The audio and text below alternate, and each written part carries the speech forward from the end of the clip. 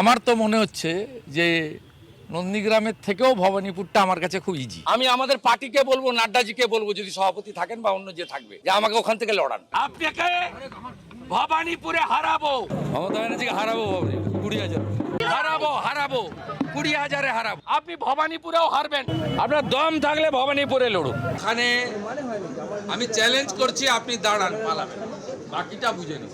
আপনি যদি হারাতে না পেরেছে, আমার নাম শুভেন্দু অধিকারী। हमारा भवानीपुर एक छोटा केंद्र जानबूझ के काट दिया. In my constituency, I told you 60,000. Instead of that, I will win from Bhawanipur. Even there is a one vote. ওনাকে জেতানোর মতো ভোটার ভবানীপুরে নেই। এসআইআরে পরিষ্কার। Where is the voter? Why they are missing? দেখুন, লড়াই প্রকৃত যখন হবে হবে, কিন্তু ভবানীপুরে খেলাটা কিন্তু পুরো নার্ভের লড়াই দাঁড়িয়ে গেছে। আপনি স্বীকার করুন বা নাই করুন, সেই লড়াইয়ে কি এবার কয়েক কদম এগিয়ে গেলেন বিরোধী দলনেতা শুভেন্দু অধিকারী? ভবানীপুর বিধানসভা কেন্দ্র নিয়ে মুখ্যমন্ত্রী রিয়াক্ট করলেন।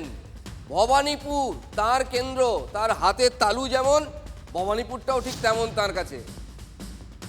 সেই ভবানীপুর নিয়েও মুখ্যমন্ত্রী মমতা বন্দ্যোপাধ্যায়কে রিয়াক্ট করিয়ে ছাড়লেন রাজ্যের বিরোধী দলনেতা শুভেন্দু অধিকারী। হ্যাঁ, কনসিয়াসলি বলছি, ব্যাপারটাকে এইভাবেই দেখতে হচ্ছে আমাদের।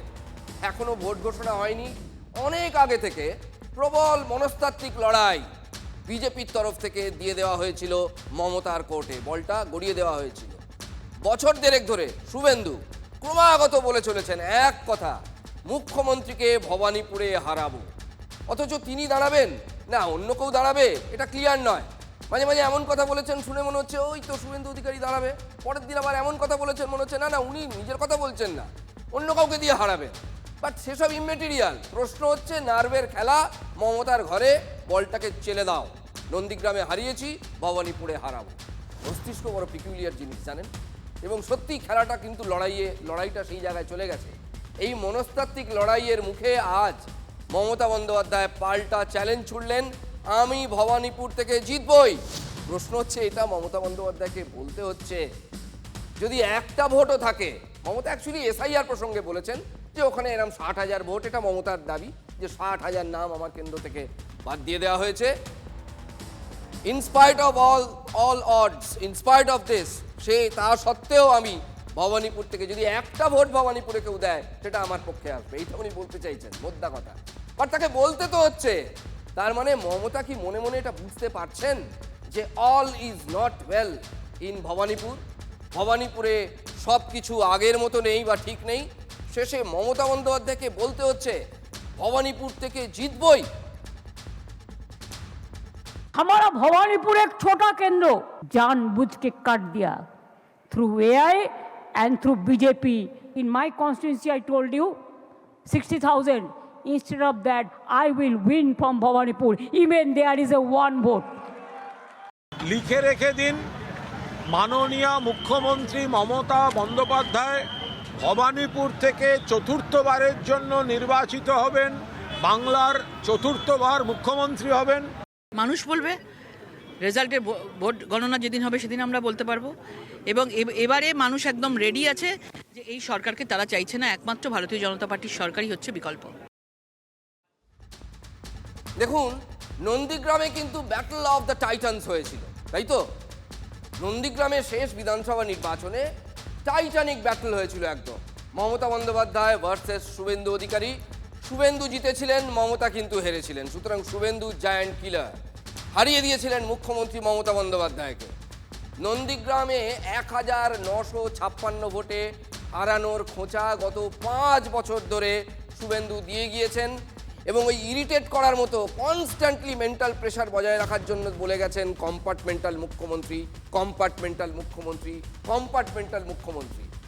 লোকসভা ভোটের পরপরই বিরোধী দলনেতার মুখে মিশন ভবানীপুর। বুঝতে পারছেন?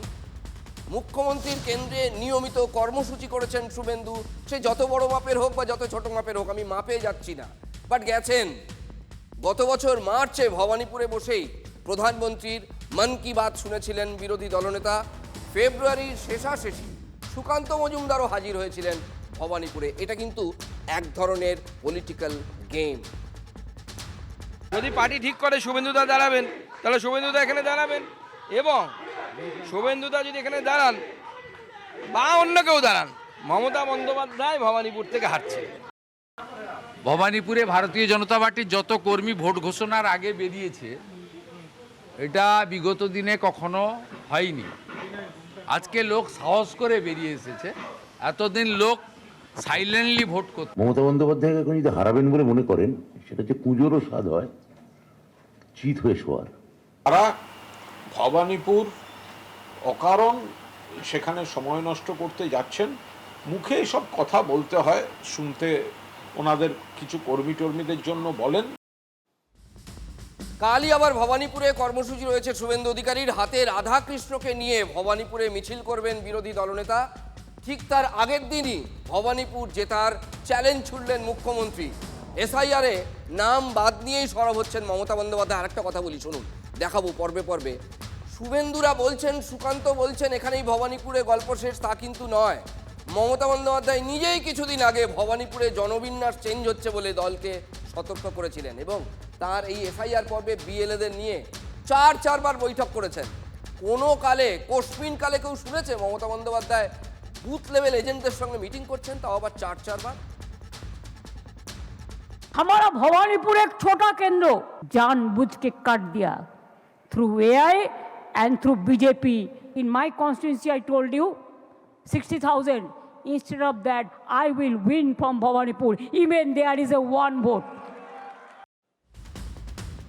অর্থাৎ মুখ্যমন্ত্রী বলতে চাইছেন, যদি ভবানীপুরে একটা ভোট পড়ে, যদি একটা ভোটার থাকে, একটা ভোট পড়ে, সেটাই তিনি পাবেন। এসআইআর পর্বের মধ্যেই মমতা তার বিধানসভা কেন্দ্র নিয়ে যে কথা বলছিলাম, বারচারেক বৈঠক করে ফেলেছেন। বুথ লেভেল এজেন্ট বা বিএলএদের সঙ্গে আলোচনা সেরেছেন, যা আগে অ্যাটলিস্ট আমরা কখনো দেখিনি। আমি বছরের পর বছর কভার করেছি মুখ্যমন্ত্রীর জনসভা, তৃণমূল নেত্রীর জনসভা এবং এই তৃণমূল বিট। আমরা দেখতাম ওই দক্ষিণ কলকাতা থেকে যাদবপুর থেকে একটা লম্বা মিছিল, হ্যামলিনের বাঁশিওয়ালার মতো লোক হতো পিলপিল করে মমতার পেছন পেছন। একটা মিছিলে তিনি প্রচারের গল্পটা শেষ করে দিতেন কলকাতায়। এই জিনিস কখনো আগে দেখিনি। খসড়া তালিকায় বাদ পড়েছিল, দেখুন এবার হিসেবটা দিই, খসড়া তালিকায় বাদ পড়েছিল 44,787 জন, মানে এটা ভবানীপুরের কথা বলছি। চূড়ান্ত তালিকায় নতুন করে বাদ 2,342 জন, মোট বাদ 47,129 জন শুধু ভবানীপুর। এবং বিচারাধীন, লজিক্যাল ডিসক্রিপেন্সিতে বিচারাধীন বা বিবেচনাধীন হচ্ছে 14,154 জন। যদিও মমতা বন্দ্যোপাধ্যায় বলছেন 60,000 নাম বাদ। এনিওয়েজ, এটা তাঁর দাবি, তিনি যা বলবেন আমাদের তো সেটা দেখাতে হবে, সেটা তো আমরা চেঞ্জ করতে পারি না, এটা তাঁর দাবি। এর সঙ্গে তৃণমূলের চিন্তা হচ্ছে লোকসভা ভোটের ফলাফল, যা বিজেপির গর্জনের অন্যতম কারণ। বিগ বলের দিকে তাকান, আমাদের বিগ বলের দিকে। আপনাদের 2 বছর আগের ভোটে তৃণমূলের কি অবস্থা ছিল একবার আপনাদের দেখাচ্ছি, দেখুন।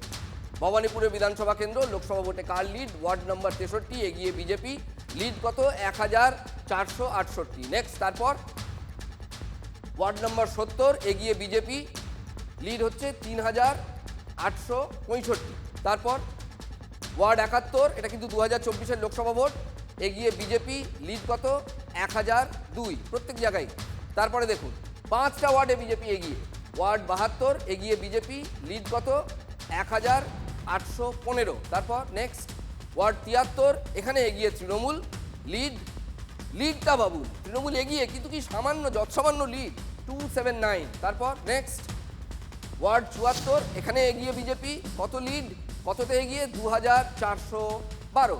তারপর 77 নম্বর ওয়ার্ড এগিয়ে তৃণমূল, লিড কত?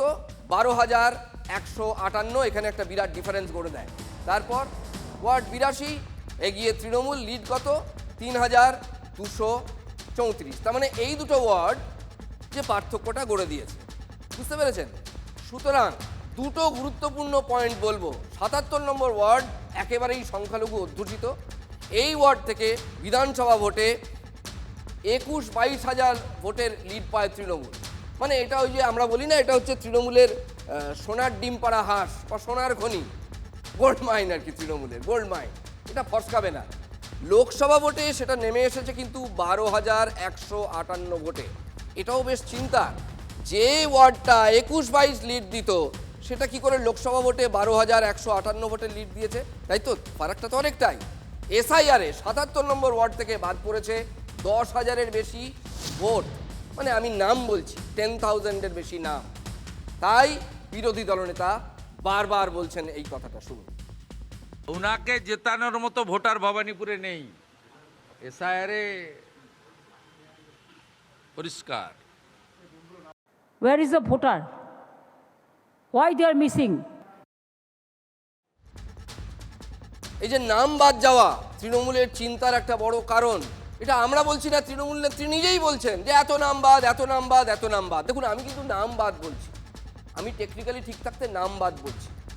ভোটার কত আর সত্যি মানে ঠিকঠাক নাম ছিল না এটা কত, রিয়েল ভোটার কত, ফেক কত, এগুলো তো পরে ডিসাইডেড হবে যখন ফাইনালি যখন বেরোবে। বারবার তৃণমূল নেত্রী নিজেই বলছেন যে নাম অনেক বাদ গেছে, তিনি বলছেন ভোটার, কিন্তু আসলে প্রচুর নাম বাদ গেছে।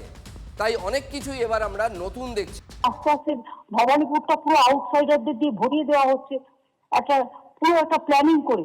আমি আউটসাইডার মানে যারা বেঙ্গলে থাকে আমি তাদের আউটসাইডার বলছি না, যারা হঠাৎ করে বাইরে থেকে এসে টাকা খরচ করে জায়গা কিনে বাড়ি তৈরি করে কাউকে কিছু টাকা দিয়ে লোকালি বেরিয়ে চলে যাচ্ছে। বিজেপি নেতাকে বাংলাদেশি ভোটার হিসেবে দাগিয়ে বিতর্কে তৃণমূল পরিচালিত পুরসভার চেয়ারম্যান, পাল্টা তৃণমূল নেতাকে অশিক্ষিত বলে জবাব ওই বিজেপি নেতার। বিচারাধীন ভোটার ইস্যুতে, মানে এই লজিক্যাল ডিসক্রিপেন্সি ইস্যুতে সরগরম সীমান্ত শহর মেখলিগঞ্জ। সামনে রাজ্যের 294 আসনে বিধানসভা ভোট। তার আগে 1 নম্বর বিধানসভা আসন মেখলিগঞ্জে এসআইআর এর চূড়ান্ত তালিকায় জোর বিতর্ক। 27,000 জনের বিচারাধীন তালিকায় বিজেপি নেতা তথা মেখলিগঞ্জ শহর মণ্ডল কমিটির সভাপতি আশেকার রহমানের নাম উঠতেই শাসক বিরোধী দুপক্ষেরই কাদা ছোড়াছুড়ি শুরু।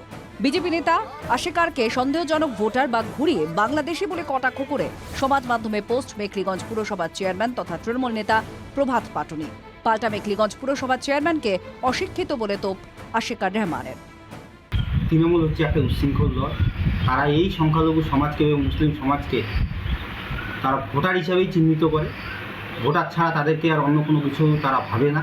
পৌরপিতাকে আমি বলবো, আপনি আগে নিজে পড়াশোনাটা ঠিক করে করুন। আপনি পৌরসভার 9টা ওয়ার্ডের তালিকাগুলো দেখুন, সেখানে শুধু মুসলিমরাই নেই, অনেক হিন্দু ব্যক্তিরও নাম রয়েছে। আজকে আমাকে অশিক্ষিত বলে তিনি হয়তো মেনেই নিলেন, তিনি বাংলাদেশ থেকে এসেছে বা বাইরে থেকে এসেছে, তিনি ইলেকশন কমিশনকে সঠিক বললেন। মেখলিগঞ্জ পুরসভার চেয়ারম্যানের আরও তো কমিশনকে 1.5 কোটির নাম বাদের টার্গেট দিয়েছেন শুভেন্দু অধিকারী, যার জেরে ভরিয়ে ভরিয়ে logical discrepancy. Suvendu Adhikari election কমিশনকে টার্গেট দিয়েছে 1.5 কোটি নাম বাদ দিতে হবে। এই 1.5 কোটি নাম বাদ দেওয়ার তো একটা পন্থা অবলম্বন করতে হবে।